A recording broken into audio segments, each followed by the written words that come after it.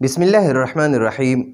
نن زموږ د طریقة العصریه د اولې حصې سبق نمبر 184 دی او درس نمبر الدرس السادس والاربعون شپږ څلوېښتم نمبر درس دی. په نن درس کې به موږ د التلمیذتان فی المدرسة دوه طالب علمانې دوه شاګردانې جنکۍ په مدرسه کې دي. دې سبق باندې به انشاءالله موږ نن تفصیلا بحث کوو. په نن درس کې زموږ سره د استفهامیه جملې دي. په هغه استفهامیه جملو کې به موږ د تسنیه مؤنث حاضر صیغې چې کومې دي د هغې مشق به کوو او د جوابیه جملو کې به د تسنیه متکلم صیغو بحث کوو، مشق به پکې کوو انشاءالله. نو دې نه مخکې درس کې موږ د تسنیه مؤنث غایب صیغو بحث وکړو او انشاءالله نن درس کې به موږ د تسنیه مؤنث حاضر صیغو بحث کوو. یوه استاذه ده، یوه مور ده یا یوه ښځه ده، هغه د یو دوو ماشومانو جنکو نه تپوسونه کوي چې یاره تاسو څوک یې، تاسو سهار څه وخت پاسئ، تاسو د پاسېدو نه پس څه کوئ، تاسو دواړه قرآن تلاوت کوئ که نه کوئ، تاسو دواړه مدرسې ته ځئ که نه ځئ. نو د یو جنۍ نه داسې تپوسونه کوي، هغه ورله جوابونه ورکوي. نو هغه دوو جنکو نه تپوسونه کوي او د هغې دوو جنکو لپاره د تسنیه مؤنث حاضر صیغې استعمالوي. نو دغه ماشومانو نه تپوس کوي یا ایتها الطفلة، ای ماشومانو، ای دوه ماشومانو، من انتما، تاسو دواړه څوک یې، یا ایتها الطفلتان، یا ایتها الطفلتان، ای ماشومانو، من انتما، تاسو دواړه څوک یې. نو هغې جواب ورکوي نحنو، مونږ دواړه. نحنو دا د دوو کسانو دپاره هم دا ضمیر استعمالیږي، د زیاتو دپاره هم استعمالیږي. نو دلته دا عایشه او فاطمه دوه دي، نو دا نحنو مونږ د دوو دپاره استعمالو. نحنو مونږ دواړه عایشه و فاطمه، عایشه او فاطمه یو، مونږ دواړه عایشه او فاطمه یو. بیا د اوس دغه ښځه د دغې دوو طالباتو جنکو د عایشې او فاطمې نه تپوس کوي متا تقومانې. دا تقومانې دا د فعل مضارع تسنیه مؤنث حاضر صیغه ده. دوه جنکۍ دي، د عایشه او فاطمه ورته مخې ته دي. د دې نه دغه ښځه تپوس کوي متا تقومانې، تاسو دواړه څه وخت پاسئ، فی الصباح الباکر، سحر وختي، تاسو سحر وختي کم وخت پاسئ، څه وخت پاسئ. نو هغې ورله جواب ورکوي نقومو.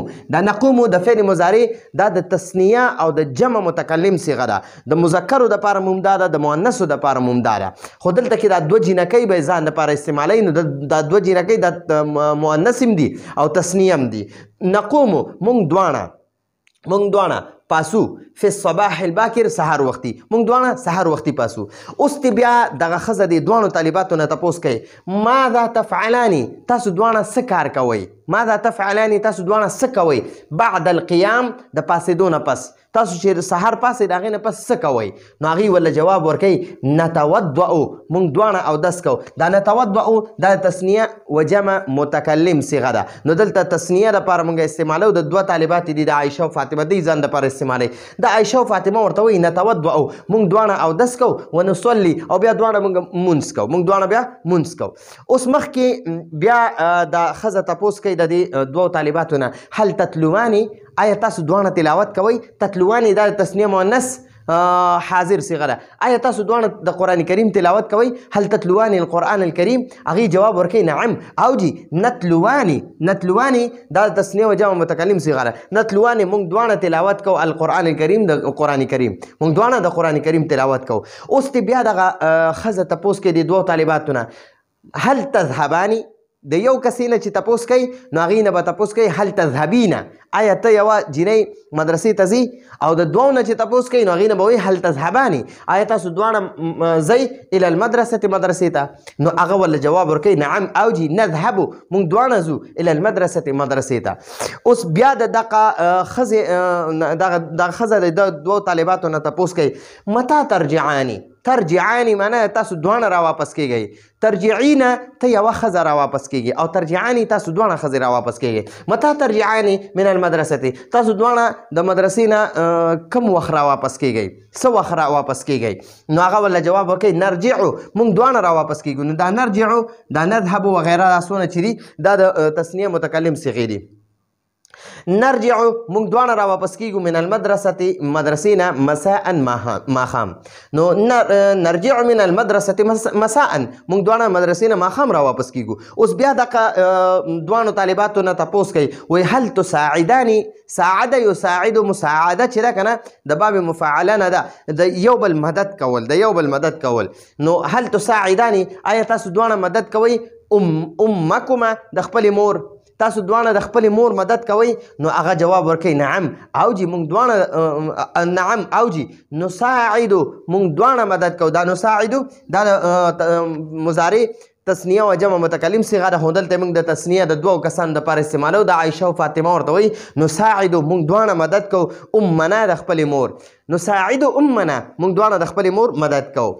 اوس ته بیا دغه عایشې نه تپوس کوي د عایشې او فاطمې نه هل تلعباني آیا تاسو دواړه لوبې کوئ مع اختکما خپل خور سره آیا تاسو دواړه خپل خور سره مدد د لوبې کوئ هل تلعباني مع اختکما آیا تاسو دواړه خپل خور سره لوبې کوئ هغه جواب ورکوي نعم او جی نلعبو موږ دواړه لوبې کوو مع اختنا خپل خور سره.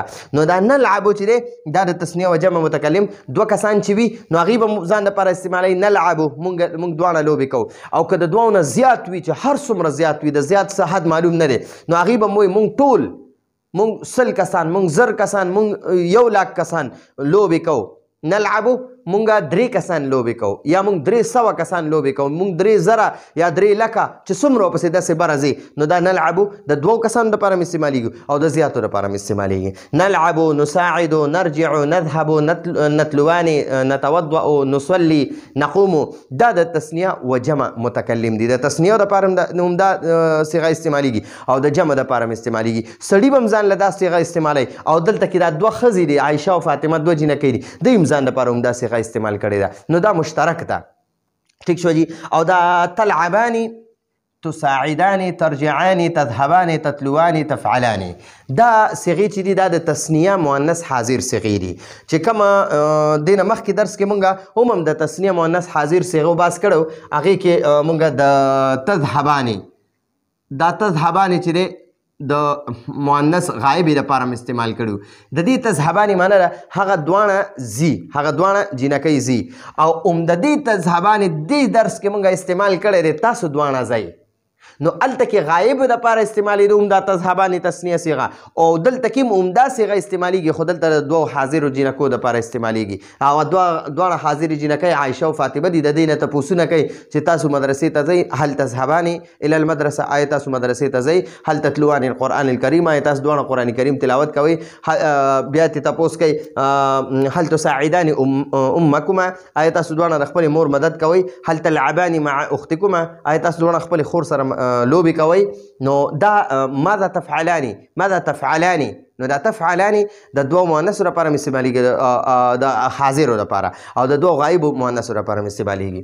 نو دا خو موږ سره د تسنیه مؤنث حاضرو صیغو باسو شو چې یوې جینۍ نه تپوس کې چې حاضر وي مخې ته دې ناست دی هغې نه تپوس کې چې ته ځي د 2 نه چې تپوس کې چې تاسو دواړه ځئ نو هغې دپاره خو تذهبانې دی او د یوې دپاره دی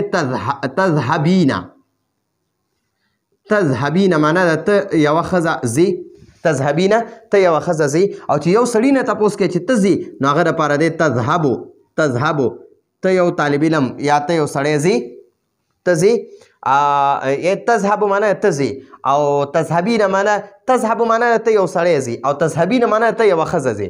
دلته تذهباني معنی ده تاسو دواړه ښځې ځئ او عمده تذهباني د 2 سړو دپاره م استعمالیږي تذهباني تاسو دواړه سړي ځئ. ٹھیک شو جی نو دا زمونږه د الدرس السادس والاربعون شپږ څلوېښتم نمبر درس کې د تسنیه مؤنث حاضر او د تسنیه متکلم صیغو مشق شو. نو راتلونکي درس پر اجازه غواړو. هذا هو المرام والله اعلم بحقیقة الكلام.